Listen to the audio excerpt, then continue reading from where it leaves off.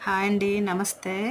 శ్రావణ మాసం తలతలలండి మెరిచిపోతున్నాయి. శ్రావణ మాసమనే కాదండి, ఎప్పుడూ ఇలాగే నీట్‌గా ఉంచుకోవాలి. వంటగది ఇంకా శుభ్రంగా ఉంచుకోవాలండి. ఇంటిల్లిపాది ఆరోగ్యంగా ఉండాలంటే వంటగది శుభ్రంగా ఉండాలి. వంట బాగా చేయాలి కదండీ! అలాగే నేనే చేసుకుంటానండి పనులన్నీని. కొందరు చేయలేరు హెల్త్ బాలేకపోయినా వేరే బయటికి వెళ్ళిన వాళ్ళు చేయలేరనుకోండి. అయితే ఇలా చేయడం వల్ల మనకి హెల్త్ బావుంటుంది. మంచిగా అన్నీ శుభ్రం చేసుకోవచ్చని నా అభిప్రాయం అండి. అలాగే ఒక మంచి మాటండి. కొందరు మంచివారుగా నటిస్తారండి. అది ఎంతవరకంటే ఆళ్ళ స్వభావం కొంత సమయం తర్వాతైనా బయటపడిపోతుంది కదండీ! అదే నిజమైన మంచివారైతే ఎవరిని నొప్పించరండి. చిరునవ్వుతో సమస్యని పరిష్కరించుకుంటారు. అయితే మీరు మంచివాళ్ళా? చెడ్డవాళ్ళంటే నేనైతే మంచిదాన్ని కాదండి చెప్పేస్తున్నాను. ఏదైనా మొఖాన అడిగేస్తానండి.